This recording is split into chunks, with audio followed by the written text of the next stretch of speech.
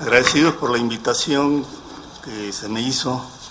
Es un alto honor para mí estar en esta alta tribuna y me da la oportunidad de hablar de varias cosas que tengo en el tintero todavía.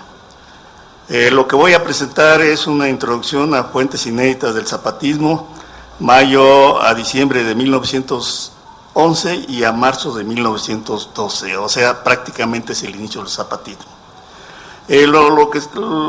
Hago una síntesis general y lo que voy a tratar de interpretar y de leerles es una introducción que, entre otras cosas, trata de darnos una idea general. Es una introducción que tiene que ver con un libro que se va a sacar con el centenario del Plan de Ayala, o sea, en noviembre 28 de 1911, entonces en noviembre 28 de 2012, cumple 100 años el Plan de Ayala, entonces creo que ese es uno de las causas. El asunto, como lo dije aquí, son fuentes inéditas, son producto de un archivo municipal, el de Cuautla. Obvio, ¿verdad? Tiene que ver muchísimo con la toma de Cuautla que estaba hablando Salvador, la toma de Cuautla en mayo de 1911, que acaba de cumplir también 100 años, con cosas de delitos, bandidaje, obvio, ¿no? Todo este tipo de cosas que se dan con la revolución. También en sentido de las directivas políticas, sobre todo de un presidente municipal de la época, que, bueno, ahorita lo voy a leer, pero bueno, en términos generales son cosas desconocidas, ¿sí? Son cosas, al menos que yo le doy otra visión de lo que siempre estamos hablando. Escribo estas reflexiones después de cumplir una larga labor de investigaciones históricas en el estado de Morelos. En él tuve la fortuna de acercarme a los campesinos morelenses gracias a don Mateo Zapata, hijo de mi general, personaje que me otorgó su amistad y le aprendí de su larga experiencia y su compromiso con ellos. También reconozco el apoyo de mis compañeros del equipo de trabajo de primer nivel y conocedores del zapatismo. El tema que nos unió fue un programa de historia oral que dirigió la maestra Alicia Olivera y mis entrañables amigos Salvador Rueda y Laura Espejel, personajes que conformábamos el equipo. Sin embargo, estoy consciente del valor relativo que tienen mis investigaciones, debido en primer lugar a mis limitaciones y alcances profesionales, que casi siempre tienen que ver con el oficio de historiar. A veces me quedo con la impresión de que en nuestras narraciones las apoyamos con una buena dosis de dudas no resueltas, y esto es parte de los riesgos que se tienen que correr a nivel profesional, sobre todo en cuanto a la interpretación que hacemos los historiadores del pasado, ya que nuestro acercamiento es limitado, a veces con pocos documentos en que apoyarnos y bastantes de manera sesgada que nos representan una realidad. Importante es el acervo editorial que se ha visto a la luz pública en el siglo XX y lo que va del actual. Existen tendencias desde el sentimiento del movimiento zapatista a la fecha. Algunos trabajos son para atacarlo, otros para defenderlos y aún pocas veces para tratar de explicarlo. Gracias a ese interés plural por el movimiento zapatista, ha condicionado a que no decaiga su entusiasmo en sus estudios. Dentro de este contexto se notan varios enfoques, tanto partidistas como académicos.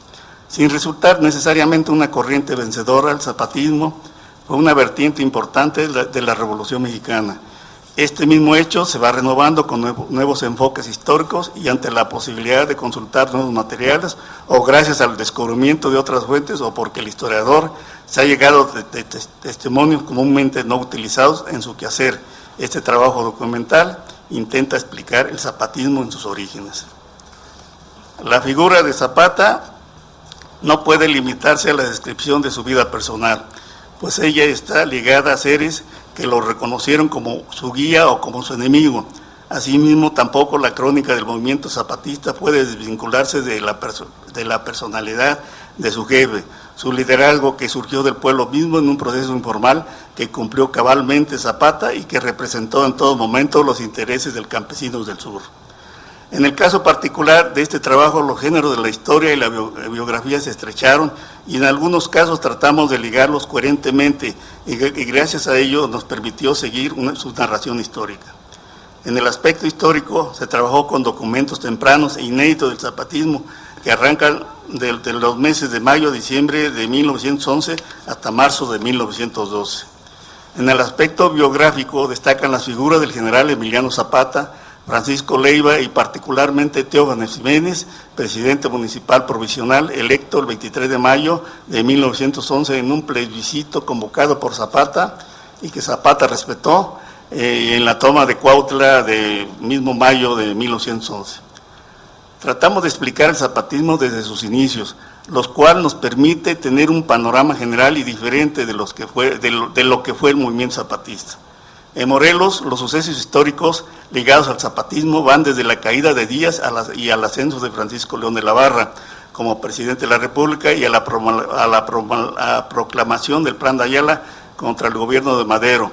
Los meses de mayo a noviembre de 1911 son los temas de nuestro interés y en ese periodo tratamos de entender el por qué las relaciones políticas entre Madero y Zapata están plagadas de equívocos y malos entendidos a raíz de las traicioneras intenciones del propio de la Barra y la mala fe con las intervenciones militares en el estado de Morelos de Victoriano Huerta. Las consecuencias eran de prever, considerando que trajeron como resultado un imposible acuerdo y el fin y rompimiento definitivo entre la Revolución Democrática de Madero con la Revolución Agraria del Sur.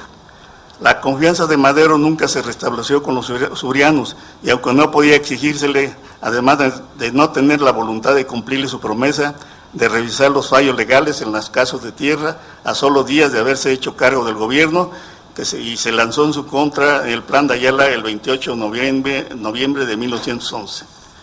Un testimonio invaluable, porque es el único que existe y hay que tomarlo con pinzas, sin duda para tratar de entender esta parte de la historia del conflicto, es el testimonio del guerrillero zapatista, que después se convirtió en guerrillero antizapatista, Antonio de Melgarejo, que en su libro de una supuesta memoria nos narra los crímenes del zapatismo.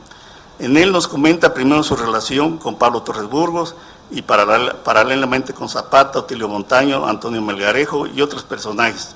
La separación de Burgos,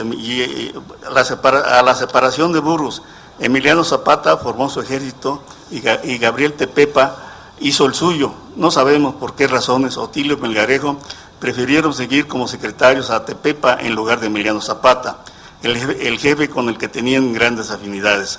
Aunque en su primera oportunidad se separaron de Zapata y ambos buscaron integrarse al general Emiliano Zapata, objetivo que finalmente lograron.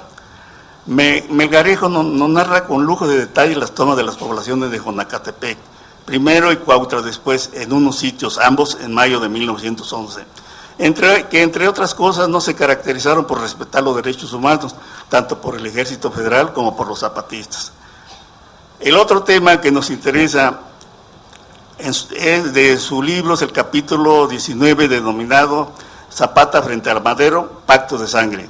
En él nos narra la reunión que tuvo el general Emiliano Zapata el 7 de noviembre de 1911 en su campamento del Jilguero con sus principales jefes, con el fin de comunicarle la estrategia general a seguir en la lucha contra Francisco y Madero después de ser nombrado presidente de la República. En la tarde de aquel 7 de noviembre de 1911 fue una fecha importante para la definición de las cuales eran objetivos de las fuerzas zapatistas, pues era una fecha en la cual cerraba el proceso del triunfo de Francisco Madero, un candidato eminentemente popular por el cual las fuerzas zapatistas en el estado de Morelos habían apostado su capital político y militar, apoyándolo en un principio hasta llevarlo al triunfo. Alcanzado empezaron a tener serias dudas sobre la seriedad del compromiso que tenía Madero con los zapatistas. Mientras en la capital de la República celebraban con grandes demostraciones el hecho inusitado de haber sufragado libremente, creo que hasta la fecha en esa andamos, ¿verdad?, y que sus votos se hubieran respetado y triunfado la toma de posesión de la primera magistratura por Francisco y Madero. Emiliano Zapata celebraba a su vez en esa fecha en el campamento establecido en las barrancas de su cuartel localizado en el Jilguero, una reunión a la que asistieron los principales jefes rebeldes del estado de Morelos, Puebla, Guerrero y Estado de México. El objetivo de la Junta era que en ella Zapata decidiera y definiera un programa no político, sino social, que persiguiera desde esos momentos, canalizara el movimiento zapatista a realizaciones más concretas y completas, y como prioridad decidió que el movimiento no depondría las armas. Para esta ocasión, igual que otras, Zapata delegó el uso de la palabra en Atilio Montaño. Cito a Melgarejo, tomó la palabra para intentar interpretar los deseos que se hallaba animado Zapata hablando en estos términos. El general decidió citar a todos ustedes con el fin de manifestarles que, aunque Madero tomó posesión de la presidencia del país, la revolución de Morelos no ha terminado ni debe terminar, pues no es nuestro objeto el levantarnos en armas sacrificando los campos de batallas a millares de nuestros hermanos, de poner a Porfirio Díaz para encumbrar a Madero, sino cimentar para los morelenses una nueva era de mejoramiento social a las clases humildes que son la inmensa mayoría del Estado.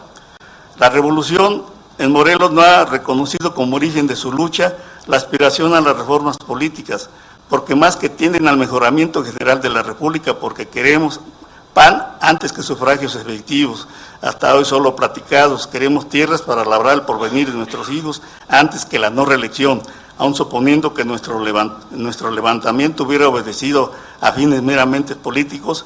El señor Madero ha violado el principio de sufragio efectivo, imponiendo tan descaradamente en la vicepresidencia a Pino Suárez. Este hecho será bastante para convencernos de que el señor Madero está muy lejos de ser el fiel sostenedor de la práctica de sus teorías democráticas. Debemos desconocer su gobierno y continuar levantando armas indomables, incorruptibles por muchos años, y al cabo de ellos sea óptima en frutos en bienestar para el pueblo. Que sepa el señor Madero que no depondremos las armas mientras no nos pongan en posesión de los ejidos de nuestros pueblos, mientras no vuelvan a nuestro poder los terrenos que nos robaron los asentados, cuando tuvieron durante la dictadura porfiriana sometida la justicia a su capricho, mientras no dejamos de ser infelices tributarios de los magnates y déspotas y terratenientes de Morelos.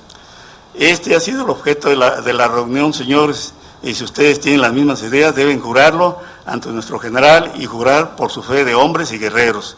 Finalizó su discurso Montaño dando la línea a seguir. Carecemos de recursos, muchachos, para hacer una guerra formal, y no nos queda otra que diseminarnos por todo el Estado en pequeñas partidas con un solo jefe a la cabeza. Esto, repito, es de Melgarejo. Terminamos con Melgarejo. El libro se llama Melgarejo, los crímenes de zapatismo, apunte de un guerrillero.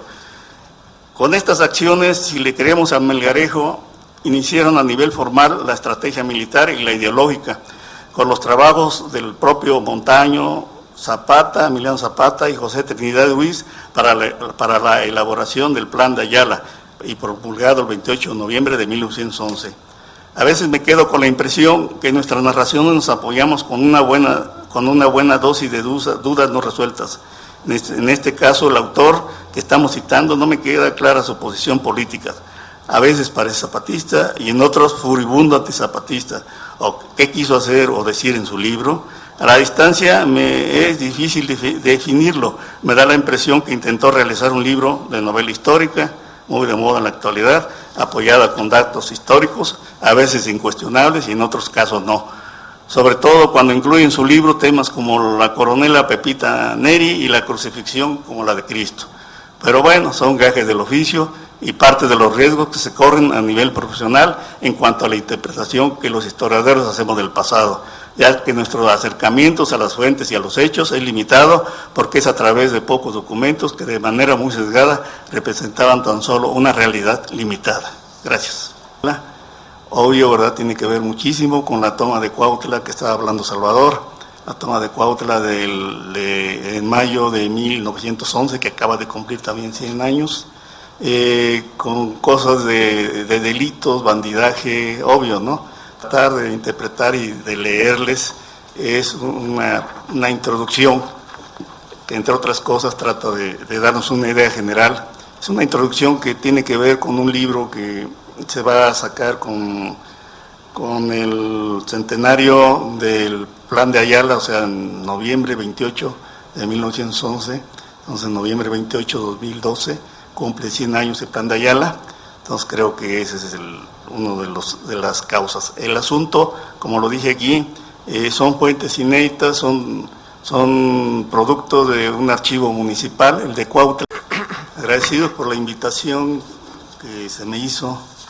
Es un alto honor para mí estar en esta alta tribuna y me da la oportunidad de hablar de varias cosas que tengo en el tintero todavía. Lo que voy a presentar es una introducción a fuentes inéditas del zapatismo, mayo a diciembre de 1911 y a marzo de 1912, o sea, prácticamente es el inicio del zapatismo. Hago una síntesis general y lo que voy a tratar